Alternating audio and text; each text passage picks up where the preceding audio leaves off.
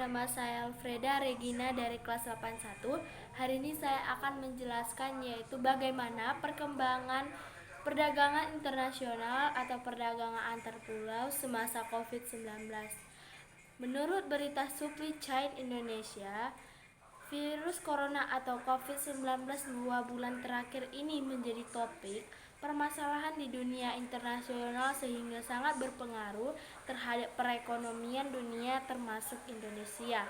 Permasalahan tersebut terjadi pada sektor pariwisata yang mengalami penurunan sangat drastis, akibat pelarangan penerbangan sementara oleh pemerintah Indonesia dari dan ke Tiongkok serta perdagangan ekspor dan impor Indonesia Cina terutama pada komoditas buah-buahan dan hewan. Menurut Ketua Umum Asosiasi Eksportir Sayur dan Buah Indonesia atau AESBI Hasan Joni Wijaja, sejak ada kabar tentang virus corona, para pembeli Cina di Cina langsung menghentikan pembelian. Para eksportir buah yang paling menangis adalah mereka yang melakukan penjualan atau pengiriman barang dengan skema CNF atau Cost and Freight atau CFL atau pembayaran yang dilakukan setelah barang tiba di pelabuhan tujuan ekspor. Bahkan ada yang sudah mengirim barang di kapal namun di tengah perjalanan terjadi pembatalan. Tidak hanya impor, beberapa produk ekspor Indonesia ke Cina juga berpotensi melemah. Secara otomatis negara tirai bambu tersebut akan mengurangi jumlah permintaannya.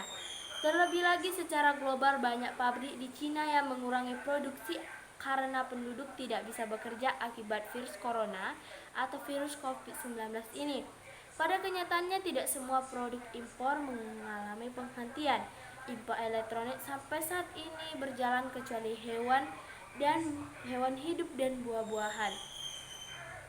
Larangan impor ini diambil untuk mengantisipasi penyebaran virus corona dari hewan. Pasalnya penyebaran virus yang menewaskan ribuan orang di Cina itu diduga tak hanya melalui manusia saja, melainkan juga hewan. Pemerintahan harus benar-benar memperhatikan dampak dari virus corona ini karena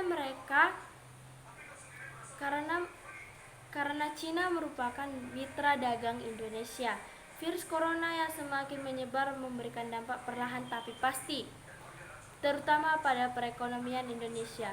Sadar bahwa pertumbuhan ekonomi dipengaruhi sebagian besar oleh sektor konsumsi, pemerintahan akan terus melakukan percepatan belanja kementerian dan lembaga di kuartal 1 2020. Hal ini juga sejalan dengan perintah Presiden Joko Widodo untuk membelanjakan anggaran dalam mengantisipasi virus corona yang mungkin akan menggerus konsumsi awal tahun ini.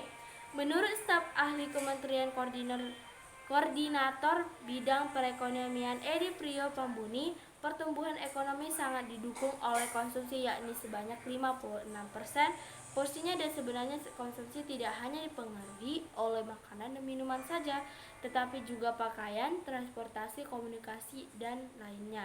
Selain fokus pada belanja kementerian dan lembaga, pemerintahan juga akan fokus dalam menyalurkan bantuan sosial agar seluruh masyarakat bisa segera menikmati bantuan tanpa terhambat dampak virus corona. Pemerintahan juga akan terus menghidupkan kembali destinasi wisata yang ada dengan membuat bundling paket-paket wisata dan memberikan harga khusus agar masyarakat mau melakukan perjalanan.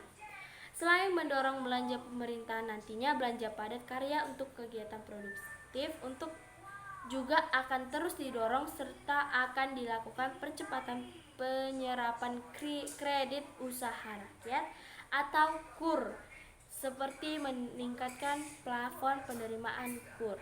Terkait dengan dampak perdagangan yang disebabkan oleh penyebaran virus corona, menurut Kepala Badan Pusat Statistik atau BPS Suharyanto, belum ada dampak signifikan virus corona terhadap perdagangan Januari 2020.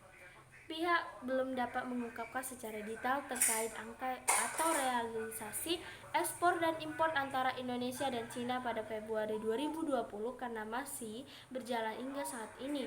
Sementara itu, neraca perdagangan Indonesia mengalami defisit sebesar US dollar 860 US dollar juta per 860 juta US dollar per Januari 2020.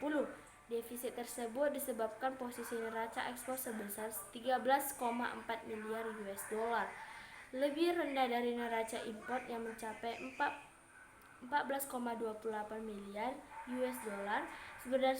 Berdasarkan nilai impor, tercatat total nilai impor non-migas dari 13 negara selama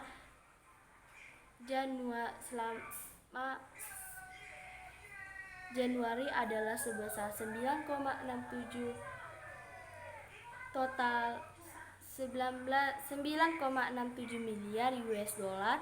Angka tersebut turun 3,14% dibandingkan Desember 2019. Kondisi ini disebabkan oleh turunnya nilai impor pada beberapa negara, utamanya salah satunya Cina, sebesar 3,008% menjadi 125,2 juta US dollar, sementara untuk negara lainnya Thailand dari 14,14% menjadi 104,5 juta dan Australia dari 26,36% menjadi 886,9 US dollar. Sebelumnya, virus corona menjadi isu utama yang menyorot perhatian global beberapa pekan terakhir karena telah menjatuhkan banyak korban serta penyebar virus yang mengglobal. Walaupun Indonesia masih berstatus bebas dari virus tersebut, dampak virus tersebut sudah dirasakan dari sisi perekonomian negara. Semoga kejadian luar biasa ini tidak berlangsung lama agar perekonomian dunia, khususnya Indonesia, kembali normal hingga ekspor impor berjalan seperti biasa. Hanya itu yang saya bisa jelaskan. Terima kasih.